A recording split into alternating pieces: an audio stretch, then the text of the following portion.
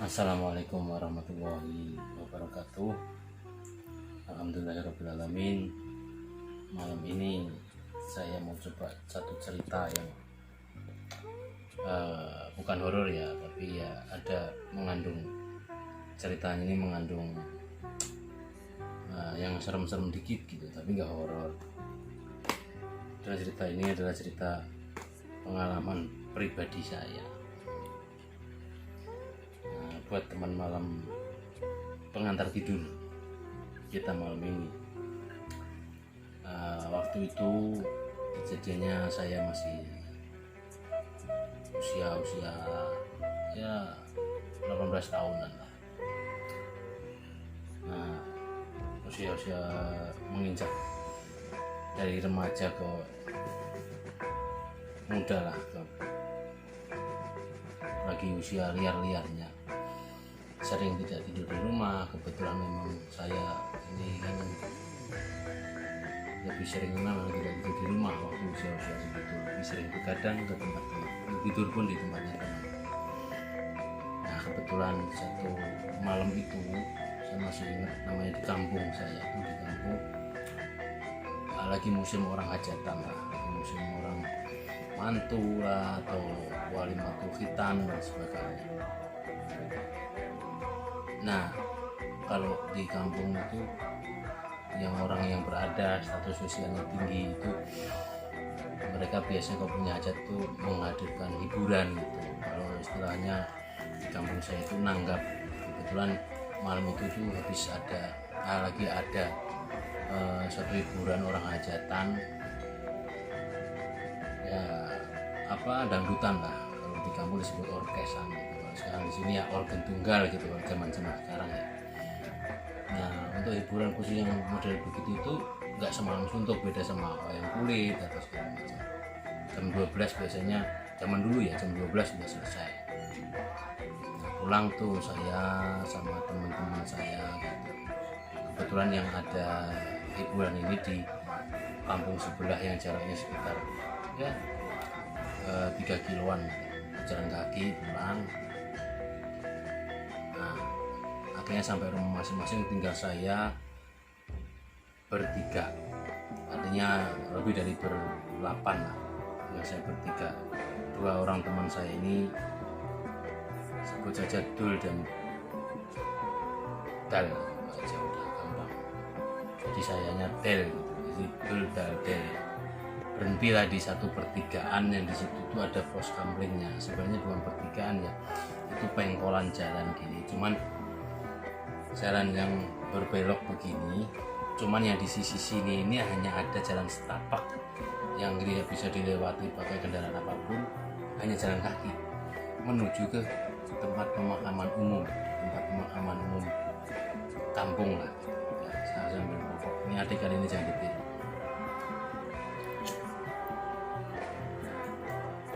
Setelah berhenti di situ, kita menghabiskan rokok waktu itu, karena saya juga waktu itu teman saya Sidal, ini terutama Sidal ya, itu masih belum didapat izin untuk merokok dari orang tuanya. Jadi rokok harus dihabiskan saat itu gitu, malam itu, sebelum mereka pulang ke rumah masing-masing. Jadi tinggal bertiga. Setelah merokok, kemudian kita ngobrol-ngobrol, dia nanya ke saya, kamu pulang apa enggak? Saya pikir sepertinya saya mau tidur di sini aja deh, di pos kamling ini gitu. Kalau pulang juga mak saya udah tidur gitu. Susah dibangunin kan, besok pagi-pagi subuh dia udah ke pasar. Kebetulan mak saya itu jualan sayur keliling dulu, rumah mak saya waktu masih sehat. Nah, akhirnya si teman saya Dal dan Dal, beneran nih mau tidur sini, kalau gitu saya nemenin lah, saya ikutan tidur sini. Ketika saya mau tidur sini sendirian, nah, bener kata saya, seneng kan saya, namanya saya mau dapat teman tidur gitu. Nah, akhirnya setelah ya rokok habis, minum pun habis, kita pun ngobrol sambil tiduran di lantai di ubin pos kamling gitu, yang sebenarnya untuk bertiga itu sempit ya, tapi ya daripada nggak ada temen, nah saya lebih suka kalau ada teman. Akhirnya saya kebetulan kedua teman saya itu sudah pada ngantuk, saya juga sudah ngantuk, akhirnya kita sudah tidak ada obrolan lagi, tertidurlah saya, mulai tidur.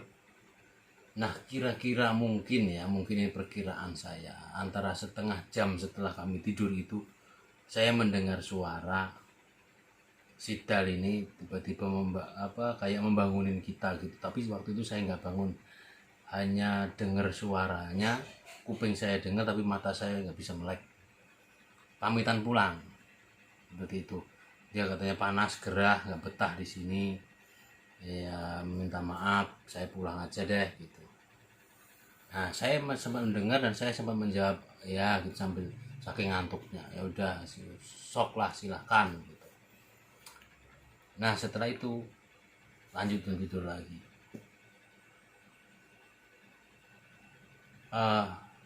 Tiba-tiba saya tuh terbangun karena si teman saya yang satu lagi, si Del pun kebangun. Dia bilang dia juga mau pulang, katanya kalau berdua doang dia juga nggak nyaman katanya. Dia sempat ajak saya tuh, ayo pulang tidur tempatku aja, tapi saya menolak gitu. Nggak tahu kenapa, mungkin karena saya sudah saking ngantuknya, sudah kamu pulang aja gitu. Setelah itu saya nggak tahu tuh, nggak sadar dia pulang bener atau enggak. Saya jawab begitu tuh sambil mata merem lah istilahnya, udah saking ngantuknya. Nah dah tuh saya tertidur kembali tuh kemungkinan ya. Selanjutnya mungkin sekitar ya nggak ada sejam lah, nggak ada sejam dari teman saya si Del pamit pulang itu, saya tertidur pules lagi. Pules-pulesnya saya tidur itu kan, saya tuh tidur miring ngadep ke tembok pos kamling, dinding pos kamling itu miring ngadep ke dinding. Nah tiba-tiba badan saya itu merasa ada sesuatu yang mendesak, mendorong saya, mendesak saya tuh begitu, ya orang didorong, nanti didorong begitu gitu. Karena saya udah saking ngantuknya dan saya tuh sempat lupa itu bahwa saya juga nggak ada teman di situ. Jadi saya dorong balas itu, apaan sih gitu, sonoan sempit gerah gitu. Nah itu saya sambil ngomong begitu tapi mata saya tetap merem karena saking ngantuknya. Dan saya dengar suara kemertek gigi. Orang kalau ada kan orang yang lagi tidur itu giginya kalau tidur itu bunyi kreket gitu. Nah seperti itu tuh, persis begitu. Nah kebetulan teman saya si Dia ini kalau tidur memang begitu, giginya bunyi. Jadi ya udah. Nah setelah saya balas itu, saya kemudian tidur lagi. Nggak lama setelah itu tiba-tiba saya didorong lagi. Lagi kali ini lebih kencang. Nah otomatis saya merespon balik, ini ngeyel amat sih kamu, biasanya tidurnya diem, kenapa tidurnya nggak bisa diem? Saya sambil muncul, saya balas lagi gitu. Kemudian saya tertidur lagi. Sampai kejadian seperti itu sampai 4 kali. Akhirnya saya sadar, tapi saya nggak berani nengok. Saya sadar, saya mikir, mata saya melek tapi saya merem lagi. Bukankah saya tidur sendirian ya? Teman saya kemarin udah nggak ada, udah pada pulang. Tangan saya meraba-raba seperti ini. Tangan saya meraba-raba begini. Badan saya ngadep ke tembok, tapi tangan kiri saya ini meraba-raba ke belakang. Dingin, lantai itu dingin, nggak ada siapa-siapa. Makin menjauh saya ngeraba-raba, makin menjauh, kosong. Terus yang dorong saya tadi siapa ya? Pelan-pelan saya buka mata, saya lihat buhlam ke atas, buhlam yang dipasang di pos kamling itu kedip seperti itu. Tadinya nggak ada apa-apa dan nggak kenapa-kenapa nih bulan, kenapa tiba-tiba kayak mau putus gitu. Terus saya raba-raba lagi, tidak ada apa-apa. Kemudian saya beraniin nengok gitu, dari posisi saya tiduran ngadep ke tembok, saya beraniin berbalik arah, berbalik ngadep, saya nengok, beneran kosong, tidak ada siapa-siapa. Dan pos kamling itu kan ada pintunya tuh, pintunya itu masih tertutup. Di situ saya merinding semua. mau keluar takut, mau lanjut tidur takut, mau bagaimana saya nungguin orang lewat juga. Ini posisinya mungkin sudah jam 2-an atau mungkin setengah 3, tanggung semua. Jadi saya ketakutan sendirian di situ, mau ngapa-ngapain nggak berani. Nah tiba-tiba ada suara dari, kan saya tadi sempat sebutkan bahwa ini pengkolan jalan, ini pos kamplingnya tepat di sini, ngadep ke sini. Nah di ke sana ada jalan setapak, ada suara di sini. Di jalanan setapak yang menuju ke pemakaman umum itu sekitar dari pos kamling sini ke pemakaman umum itu ya mungkin cuma 20 meter. Itu ada suara Mulyo, kalau pulang jangan, mungkin nggak boleh tidur situ gitu. Udah, saya langsung keluar dari pos kamling, kepala saya berasa berat banget, kayak ada yang saya kayak membawa beban di atas kepala. Tungkuk saya ini bulunya berdiri semua. Saya jalan salah arah, saya jalannya salah arah. Harusnya dari pengkolan ini saya jalannya ke sono untuk pulang ke rumah orang tua saya, tapi saya malah jalan ke sini. Untungnya saya nggak jalan ke situ. Kalau saya jalan ke sini, ngambil ke arah kanan sini menuju kuburan, ini jalannya saya ke sini. Nah di sini ini ada kuburan lagi sebenarnya, kuburan kampungnya orang sebelah. Di situ saya sadar kenapa saya ke sini. Gelap, lari saya itu, lari pulang, ngos-ngosan,